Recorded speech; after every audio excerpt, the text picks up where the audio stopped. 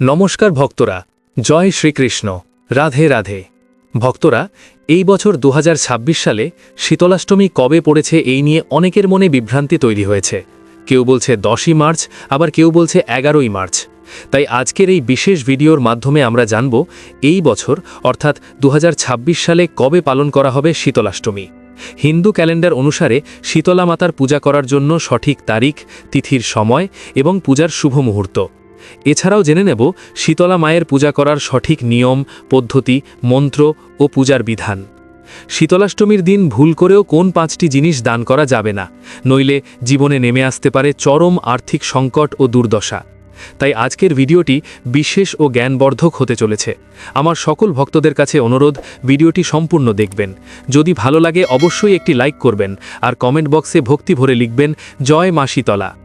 শীতলাষ্টমী উদযাপনের মূল উদ্দেশ্য হল দেবী শীতলার কাছে স্বাস্থ্য, সুস্থতা এবং রোগ থেকে সুরক্ষার জন্য আশীর্বাদ প্রার্থনা করা। এই দিনটি পালনের সবচেয়ে গুরুত্বপূর্ণ অংশ হল তাজা খাবার রান্না করা নয়, বরং ভক্তরা একদিন আগে থেকেই খাবার প্রস্তুত করেন। কারণ বিশ্বাস করা হয় যে একদিন আগে রান্না করা খাবার, যা বাসুদা নামে পরিচিত, তা গ্রহণ করলে দেবী সন্তুষ্ট হন এবং সুস্বাস্থ্য আসে। ভক্তরা খুব ভোরে ঘুম থেকে ওঠে, পবিত্র স্নান করে এবং শীতলা মাতার মন্দিরে গিয়ে খাবার, ফুল, হলুদ এবং নিম পাতা উৎসর্গ করে, যা পবিত্রতা এবং আরোগ্যের প্রতীক। অনেকে এই দিনে উপবাস করে অসুস্থতা এবং মহামারী থেকে সুরক্ষার জন্য প্রার্থনা করেন। শীতলা অষ্টমীর একটি প্রধান রীতি হল ঘর এবং আশেপাশের পরিবেশ পরিষ্কার পরিচ্ছন্ন রাখা, কারণ দেবী শীতলা স্বাস্থ্য এবং স্যানিটেশনের সাথে জড়িত।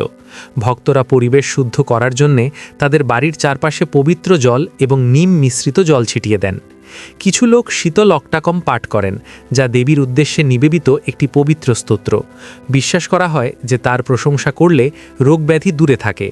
অনেক অঞ্চলে, বিশেষ করে রাজস্থান এবং গুজরাটে, পরিবারগুলি আগের রাতে প্রস্তুত রুটি, ভাত, দই এবং মিষ্টির মতো ঐতিহ্যবাহী খাবার খেতে জড়ো হয়, যা সরল জীবনযাপন এবং কৃতজ্ঞতার ধারণাকে শক্তিশালী করে।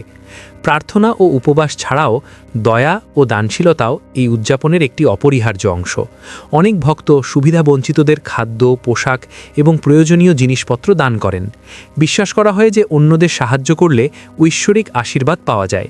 পরিবারের প্রবীণরা শীতলা মাতার অলৌকিক ঘটনাগুলির গল্প ভাগ করে নেন। এই উদযাপনের সাংস্কৃতিক জ্ঞান তরুণ প্রজন্মের কাছে পৌঁছে দেন। আচার অনুষ্ঠান, স্বাস্থ্যবিধি অনুশীলন বা করুণার মাধ্যমেই হোক না কেন, শীতলাষ্টমী আমাদের মনে করিয়ে দেয় যে দেবীর প্রতি ভক্তি কেবল পূজা নয়, বরং একটি পরিষ্কার, সুশৃঙ্খল এবং সচেতন জীবনযাপনের উপায় গ্রহণ করাও। চলুন ভক্তরা, এবার জেনে নেওয়া যাক ২০২৬ সালে শীতলা অষ্টমী কখন। এই বছর শীতলা অষ্টমী ১১ই মার্চ ২০২৬ তারিখে পড়বে। অষ্টমী তিথি ১১ই মার্চ ভোর ১:৫৪ শুরু হবে এবং ১২ই মার্চ ভোর ৪:১৯ পর্যন্ত চলবে। উদয় তিথি অনুযায়ী শীতলা অষ্টমীর উপবাস ও পূজা ১১ই মার্চ পালিত হবে। পূজার সময় হবে ১১ই মার্চ সকাল ৬:৩৬ থেকে সন্ধে ৬:২৭ পর্যন্ত। ভক্তরা এই সময়ের মধ্যেই দেবীর চরণে অর্ঘ্য নিবেদন করতে পারবেন। শীতলা সপ্তমী এবং শীতলা অষ্টমীর উৎসব দেবী শীতলার পূজার সাথে সম্পর্কিত। শীতলা সপ্তমীর উপবাস করা হয় যাতে কেউ সন্তান লাভের আশীর্বাদ পায় এবং সন্তানের সুখের জন্য। শীতলা মাতার উপবাসে রীতি অনুসারে ঠান্ডা এবং আগে থেকে রান্না করা খাবার খাওয়া হয়। শীতলা মাতার ভোগ হিসেবে একই খাবার পরিবেশন করা হয়। দেবী শীতলা মাতা শীতল। শীতল নামের সাথে মিল রেখে তার নামকরণ করা হয়েছে, যার অর্থ শীতল। তাই বিশ্বাস করা হয় যে যখন কেউ শীতলা মাতার উপবাস পালন করে, তখন তার জীবনের সমস্ত ঝামেলা মিটে যায়।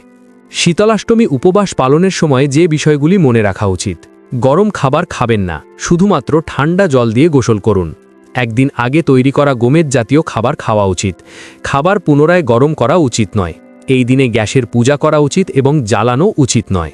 শীতলা অষ্টমী উপবাস হাম রোগকে ধ্বংস করে। শিশুদের মধ্যে দেখা যাওয়া একটি সাধারণ রোগ, যা হাম বা গুটি বসন্ত নামে পরিচিত, অথবা প্রচলিত ভাষায় মাতা আনা নামে পরিচিত। শীতলা মাতার পূজা করে নিরাময় করা সম্ভব, কারণ এই সময় তার পূজা করলে উপকার পাওয়া যায়। এইভাবে আজও গ্রামাঞ্চলে আমরা বিশেষ করে এই রোগের সময় শীতলা মাতার পূজা দেখতে পাই। শহরাঞ্চলেও যদি লোকেরা এই রোগের প্রভাব দেখতে পায়, তাহলে তারা মন্দিরে যান এবং এই রোগের সাথে শান্তি স্থাপনের জন্য শীতলা মাতার পূজা করেন। শীতলা অষ্টমীর গল্প। শীতলা অষ্টমীর উপবাস শিশুদের সুরক্ষা এবং সুস্বাস্থ্যের জন্য পালন করা হয়। এই দিনে উপবাসের পাশাপাশি শীতলা অষ্টমীর কথা শোনাও উচিত। এর ফলে শুভ ফল পাওয়া যায়। এক গ্রামে এক মহিলা তার 2 পুত্রবধূর সাথে থাকতেন। তারা সুখে বসবাস করছিলেন। শীতলা অষ্টমীর দিন বৃদ্ধা এবং তার পুত্রবধূরা শীতলা অষ্টমীর ব্রত পালন করেন। বৃদ্ধা একদিন আগে খাবার রান্না করেন। শীতলা অষ্টমীর দিন 3 জন মহিলাই একদিন আগে রান্না করা একই খাবার খান। পরে উভয় পুত্রবধূ গর্ভবতী হন। তবে এবার তারা বাসি খাবার খাওয়ার বিষয়ে চিন্তিত হন। তারা বিশ্বাস করেন যে এটি তাদের শিশুর ক্ষতি করতে পারে। শীতলা মাতার পূজা করার পরে তারা রান্না করা খাবার খায় না এবং তাজা খাবার তৈরি করে খাওয়ার জন্য। বৃদ্ধা যখন 2 পুত্রবধূকে প্রশ্ন করে তখন তারা মিথ্যা বলে। তারা তাদের ঘরের কাজ শেষ করে তাজা রান্না করা খাবার খায়। অন্যদিকে বৃদ্ধা পুত্রবধূদের কথা বিশ্বাস করে এবং বাসি খাবার খায়। পুত্রবধূরা বাসি খাবার খায় না। পুত্রবধূদের এই আচরণ দেবী শীতলাকে বিরক্ত করে। এর ফলে নবজাতকদের মৃত্যু হয়। তাদের নবজাতকদের অবস্থা দেখে উভয় পুত্রবধূরা অনেক শোক করে এবং তাদের শাশুড়িকে সত্য কথা বলে। শাশুড়ি সত্য জানতে পেরে তাদের ঘর থেকে বের করে দেন। পুত্রবধূরা তাদের নবজাতকদের মৃতদেহ নিয়ে ঘর থেকে বেরিয়ে যান। পথে তারা উভয়ই একটি বটবৃক্ষের নিচে বসেন। সেখানে তাদের ওরি এবং শীতলা নামে 2 মহিলার সাথে দেখা হয়। উভয় তাদের চুলের উকুন থেকে মুক্তি পাওয়ার চেষ্টা করছিলেন। 2 পুত্রবধূ তাদের সাহায্য করার সিদ্ধান্ত নেন। সমস্যার সমাধান হয়ে গেলে উভয় মেয়েই খুব খুশি হয়। তাদের শারীরিক ব্যথা বন্ধ হয়ে গেলে তারা খুব শান্তি বোধ করে এবং 2 বোন পুত্রবধূদের সন্তানদের আশীর্বাদ করে। পুত্রবধূরা বুঝতে পারে যে 2 বোন আর কেউ নয়, দেবী শীতলার অবতার। যখন উভয় মহিলা দেবী শীতলার কাছে ক্ষমা প্রার্থনা করেন তখন দেবী তাদের ক্ষমা করে দেন। তিনি মৃত শিশুদের জীবিত করে তাদের আশীর্বাদ করেন। 2 পুত্রবধূ নবজাতকদের জীবিত অবস্থায় নিয়ে তাদের বাড়িতে ফিরে আসে। তারা গ্রামের সকলের সাথে এই অলৌকিক ঘটনাটি ভাগ করে নেয়। তারা সকলেই দেবী শীতলার প্রশংসা করে এবং প্রচুর ভক্তির সাথে দেবীর পূজা শুরু করে। শীতলা অষ্টমীর ব্রত কিভাবে পালন করবেন? শীতলা অষ্টমী ব্রত পালন করার জন্য প্রথমে খুব ভোরে ঘুম থেকে উঠে পবিত্র স্নান করে নিজেকে শুদ্ধ করুন। এরপর সূচি বস্ত্র পরিধান করে পূজার স্থান পরিষ্কার করুন এবং দেবী শীতলার ছবি বা মূর্তি সমন্বিত একটি ছোট বেদি তৈরি করুন। ঘর এবং পূজার স্থানের চারপাশে নিম পাতা মিশ্রিত জল ছিটিয়ে দিন, যা পবিত্রতা এবং রোগ থেকে সুরক্ষার প্রতীক। এই ব্রতের সবচেয়ে গুরুত্বপূর্ণ দিক হল পূজার দিন তাজা খাবার প্রস্তুত করা নয়, পরিবর্তে একদিন আগে থেকে খাবার প্রস্তুত করে দেবীকে উপহার দিন। অনেকে না খেয়ে বা জল পান না করে সম্পূর্ণ উপবাস করতে পছন্দ করেন। অন্যদিকে অন্যান্যরা পূজা করার পরে একবার খেতে পারেন।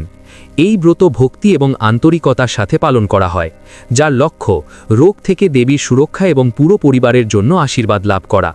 পূজার সময় দেবীকে আগে থেকে রান্না করা খাবার, নিম পাতা, হলুদ এবং পবিত্র জল নিবেদন করুন। দেবীর সম্মানার্থে শীতলা অষ্টকম পাঠ করুন এবং তেলের প্রদীপ ব্যবহার করে আরতি করুন। প্রার্থনার পর পরিবারের সদস্য এবং অভাবীদের প্রসাদ প্রদান করুন। দিনটি পরিষ্কার পরিচ্ছন্নতা, শৃঙ্খলা এবং ভক্তির প্রতি মনোযোগ দিয়ে চিন্তা করে কাটানো উচিত। ধর্মীয়ভাবে ব্রত পালন করে আপনি আপনার জীবনের স্বাস্থ্য, সুরক্ষা এবং ঐশ্বরিক আশীর্বাদকে আমন্ত্রণ জানান। এই পবিত্র অনুষ্ঠানটি আন্তরিকতার সাথে পালন করে ভক্তরা কেবল দেবী শীতলাকে সম্মান করেন না, বরং এমন একটি জীবনধারাও গ্রহণ করেন যা পবিত্রতা, শৃঙ্খলা এবং সামগ্রিক কল্যাণকে উৎসাহিত করে। শীতলা অষ্টমীর দিন ভুলেও কাউকে দান করবেন না এই 5টি জিনিস। জ্যোতিষশাস্ত্রে ও হিন্দু ধর্মে দানের বিশেষ গুরুত্ব রয়েছে। দান করা অত্যন্ত শুভ। যদি আপনি দারিদ্র ব্যক্তিদের আপনার সামর্থ্য মতো কোনো কিছু দান করেন তাহলে মা শীতলা দেবী আপনার ওপর খুশি হবেন। তবে ভুল করেও আপনি কিন্তু এই জিনিসগুলি কাউকে দান করবেন না। এতে আপনার কিন্তু অর্থহানি হতে পারে। জীবনে খুব অসুবিধার সম্মুখীন হতে পারে আপনাকে। জানুন কোন কোন জিনিস একদমই দান করবেন না। 1. ঝাঁটা। হিন্দু ধর্মে ঝাঁটার বিশেষ গুরুত্ব রয়েছে। দেবী লক্ষ্মীর সঙ্গে এছাড়াও মা শীতলা দেবীর হাতে ঝাঁটা থাকে, তাই আপনি কিন্তু ঝাঁটা কাউকে দান করবেন না। এতে আপনার অর্থহানি হতে পারে। এমনকি মা শীতলা দেবী আপনার উপর রুষ্ট হতে পারেন। এর ফলে আপনার সংসারে নেমে আসতে পারে দারিদ্র্য ও অভাব। এছাড়া আপনার পরিবারের স্বাস্থ্যের বিঘ্ন ঘটতে পারে, তাই ভক্তরা এই দিন কাউকে ঝাঁটা দেবেন না। 2. স্টিলের বাসন। শীতলা অষ্টমীর দিন স্টিলের বাসন কাউকে দান করা এড়িয়ে চলুন। বলা হয় স্টিলের পাত্র দান করলে মানুষের বাড়ির সুখ, শান্তি, সমৃদ্ধি নষ্ট হয়। যারা ব্যবসা করছেন তাদের অনেক সমস্যায় পড়তে হয়। 3. ধারালো জিনিস। ভুলেও শীতলা অষ্টমীতে কোনো ব্যক্তিকে ছুরি, কাঁচি, ধারালো জিনিস দান করবেন না। এগুলি দান করলে জীবনে কষ্ট বাড়ে। যাকে দান করছেন তার সঙ্গে আপনার ঝগড়া, বিবাদ বাড়তে পারে। তাই ছুরি, কাঁচির ধারালো জিনিস দান করা এড়িয়ে চলুন। এতে মা শীতলা রুষ্ট হন। 4. তেল। বিশ্বাস করা হয় তেল দান করা শুভ। এতে কিন্তু শনি দেবতাও খুব খুশি হন। যদি দান করতে হয় সর্ষের তেল দান করবেন। তবে যে তেল একবার আপনি ব্যবহার করেছেন সেই তেল ভুলেও দান করবেন না। এতে অর্থহানি হতে পারে আপনার। 5. সিঁদুর। ভক্তরা, মহিলাদের কখনো সিঁদুর দান করা উচিত নয়। বিবাহিত মহিলারা সিঁদুর দান করলে স্বামীর ভালোবাসা কমতে পারে। এই শীতলা অষ্টমীর দিন যদি আপনি সিঁদুর দান করেন তাহলে জীবনে নেমে আসতে পারে আর্থিক কষ্ট ও দুর্দশা, এবং দাম্পত্য জীবনে সুখ কমতে পারে। তাই ভুল করেও এই দিন সিঁদুর দান করবেন না।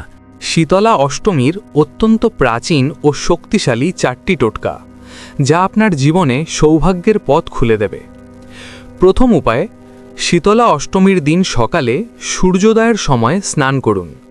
স্নানের জলে অল্প কালো তিল ও 1 চিমটি হলুদ মিশিয়ে দিন। এইভাবে স্নান করলে পাপ ক্ষয় হয়, নেতিবাচক শক্তি দূর হয় ও আর্থিক উন্নতির পথ খুলে যায়। শাস্ত্রে বলা হয়েছে এই স্নান মানসিক ও আধ্যাত্মিক 2 দিক থেকে অত্যন্ত শক্তিশালী। দ্বিতীয় উপায়, শীতলা অষ্টমীর রাতে একটি লাল কাপড় নিন আর তার মধ্যে রাখুন 7টি তিল, 7টি চাল, একটি 1 টাকার কয়েন। এগুলি একসাথে বেঁধে মা লক্ষ্মীর ছবি বা মূর্তির সামনে রেখে দিন। পরের দিন সকালে এই পুটলিটি তুলে আপনার মানিব্যাগ, আলমারি বা যেখানে টাকা রাখেন সেখানে রেখে দিন। এর ফলে সংসারে সঞ্চয় বাড়ে, অপ্রয়োজনীয় খরচ কমতে শুরু করে। তৃতীয় উপায়, শীতলা অষ্টমীর সন্ধ্যায় একটি মাটির প্রদীপ নিন। তাতে তিলের তেল বা সর্ষের তেল এবং মাত্র 3টি কালো তিল দিন। এবার প্রদীপটি জ্বালান বাড়ির পূজার ঘরে অথবা বাড়ির প্রধান দরজার কাছে। এতে করে সংসারের আর্থিক বাধা দূর হয়। এর ফলে ঘরে অর্থের স্থায়িত্ব আসে এবং অযথা টাকা বেরিয়ে যাওয়া বন্ধ হয়। ঘরে শান্তি ও সমৃদ্ধি বজায় থাকে। চতুর্থ উপায়টি হল, শীতলা অষ্টমীর পরের দিন গরুকে সবুজ ঘাস ও আটার রুটি খাওয়ান। এতে ঘরে মা শীতলা খুশি হন এবং হঠাৎ কোনো বিপদ হওয়ার সম্ভাবনা কমে যায়। এই দিনে দান, জপ ও উপবাস পালন করলে আয় বৃদ্ধি, ঋণ মুক্তি ও আর্থিক স্থিতি আসে। প্রিয় বন্ধুরা, ভিডিওটি দেখে যদি ভালো লাগে এবং উপকৃত হয়ে থাকেন তাহলে অবশ্যই একটি লাইক করবেন এবং আমাদের চ্যানেলটি সাবস্ক্রাইব করে পাশে থাকা বেল বাটনটি অন করে রাখবেন। এতে আমরা নতুন ভিডিও বানানোর জন্য অনুপ্রেরণা পাই। আমার সকল দর্শক বন্ধুদের ওপর ভগবানের কৃপা বর্ষিত হোক। ধন্যবাদ।